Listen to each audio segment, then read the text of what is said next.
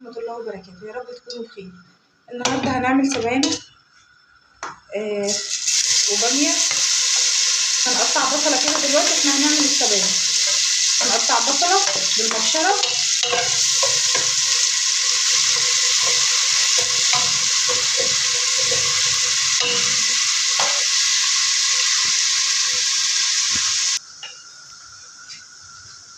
دلوقتي. البصله اتحمرت فهنحط نص معلقه ثوم كده ونقلبها بعد ما البصله اتحمرت، وهنحط عليها الصلصه.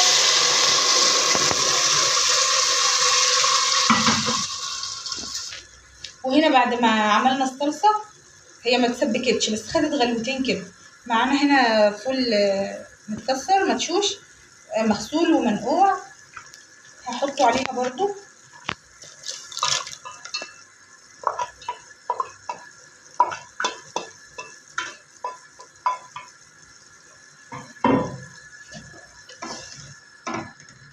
وعشان كله يستوي بقى مع بعضه هنجيب الشبت اللي احنا كنا حاطينه في الثلاجه في الفريزر، هحطه كده.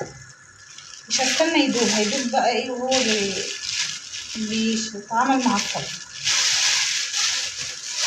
وهجيب برضو السبانخ كنا مخزنينها في الفريزر برضو،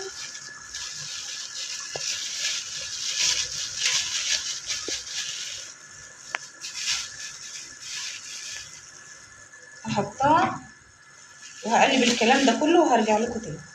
وسبت السبانخ على النار تستوي براحتها ووطيت عليها، وهاجي اعمل بقى معاكم الباميه دلوقتي. انا بشرت البصله وسايباها تتحمر، وهقول لكم هنعمل ايه. كده البصله اتحمرت، هنحط الباميه بقى تاخد لها تشويحتين كده معاها. ودي السبانخ سايباها بتتعامل مع الصلصه، لسه ما حطيتلهاش شوربه ولا اي حاجه.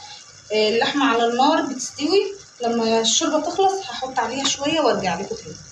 دي السبانخ خلاص استوت، هقفل عليها خلاص ونرجع بقى اقول لكم هنعمل ايه في الباميه. الباميه كده بعد ما شوحناها شويه مع البصله هنجيب الطماطم ونحطها عليها ونسيبها تتسبك مع بعضها بقى، وبعد ما تخلص هوريها لكم. دلوقتي خلصت السبانخ، ادي السبانخ وادي الباميه وادي اللحمه والرز والسلطه والشوربه. الف هنا وشفا، جربوا تعملوها مش هتندموا. والى اللقاء في فيديو اخر ان شاء الله.